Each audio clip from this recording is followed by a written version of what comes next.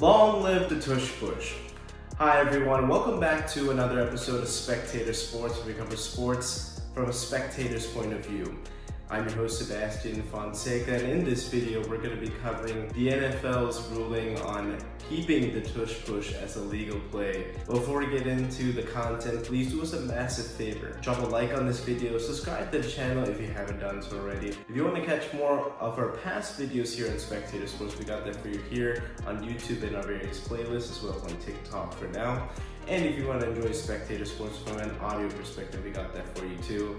And let's get into the video. There was building momentum that the NFL's competition and safety committees would rule to ban the Tush Push. Last time during the owners' meetings in March, the Packers brought in a proposal to essentially ban the Tush Push, citing concerns over player safety and pace of play. However, the proposal was tabled, citing needing for additional revisions as the language was a little bit too specific, and the owners would vote on it during this week. Heading into the meeting, there was growing belief that the Tush Push would be banned. However, Eagles owner Jeffrey Lurie gave a passionate speech citing the movement to ban the Tush Push was targeting his Philadelphia Eagles, and that the play was indeed safe, bringing in the big guns like Jason Kelce, who has first-hand experience dealing with the Tush Push as he ran it very frequently towards the tail end of his career. No team has been able to stop it,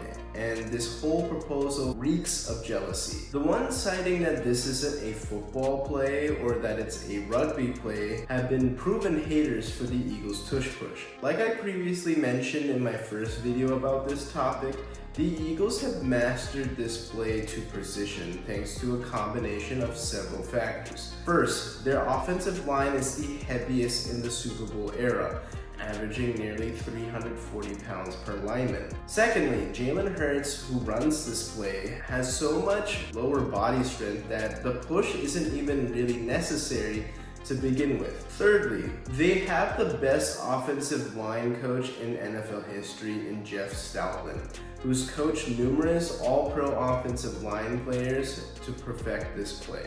Shout out to the 10 teams who rejected the Packers' proposal, but I also was wondering how former Sirianni coordinators ended up voting to ban this play.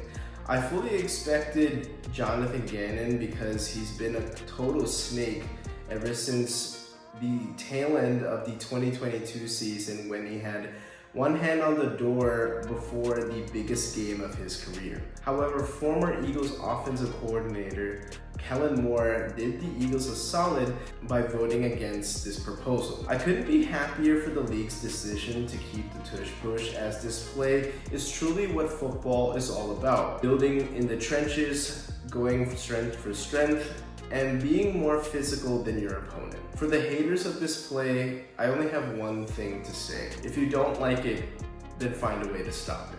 But let me know your thoughts in the comments. How do you feel about this ruling and your thoughts on this topic?